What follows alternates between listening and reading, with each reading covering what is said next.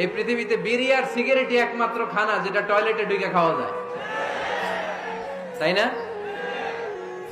পৃথিবীতে সিগারেট আর বিড়ি একমাত্র খাবার। রাগ করবেন না, যারা খান রাগ করেন না, আবার একটু কমন সেন্সটা কাজে লাগানোর জন্য, চিন্তার জন্য বলতেছি। এটাই পৃথিবীর একমাত্র খাবার যেই খাবারের গায়ে এই খাবারের বদনাম লেখা থাকে, স্মোকিং কজেস ক্যান্সার।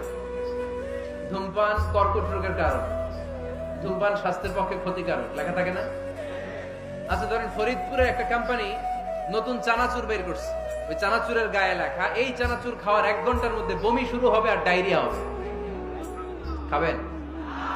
কি কইবেন? তুই খা। দোকানদারে কি কইবেন? তুই খা, তোর বমি হোক, তোর 14 গোষ্ঠীর ডায়রিয়া হোক, আমি টাকা দিয়ে এগুলো কিনবো না, ঠিক কিনা? কারণ এই প্রোডাক্টের গায়ে এই প্রোডাক্টের বদনাম লেখা, এটা আমরা কিনবো কেন? কিন্তু সিগারেটের উপরে সিগারেটের বদনাম লেখা থাকার পরও আমরা খাই, টয়লেটে বসে খাই। এটার মধ্যে একটা পয়জন আছে, এটাকে বলে স্লো পয়জন, নিকোটিন। এটা আপনার লাং, ফুসফুসকে শেষ করে দিবে, স্লো পয়জন। সিগারেট খাওয়া অনেকটা আত্মহত্যা শামিল। বিষ খেলে সাথে সাথে মরে, সিগারেট খেলে ধুকে ধুকে মরে।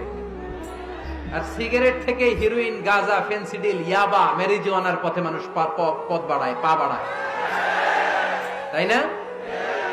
এগুলো খাবেন না।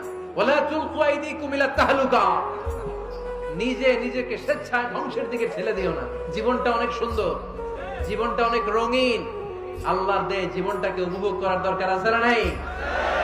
এই জন্য সিগারেটকে এই ফরিদপুরের প্রোগ্রাম থেকে আমরা আজকে নো বলে দিলাম। কি বলে দিব? আওয়াজ করে সবাইকে আমরা সবাই একসাথে বলবো, সিগারেটকে কি বললাম? মনে থাকবে? মাহফিলের প্যান্ডেল থেকে বাইর হয়ে আবার ইয়েস, হ্যাঁ না, ইয়েস করা যাবে না। সিগারেটকে কি বললাম? নো।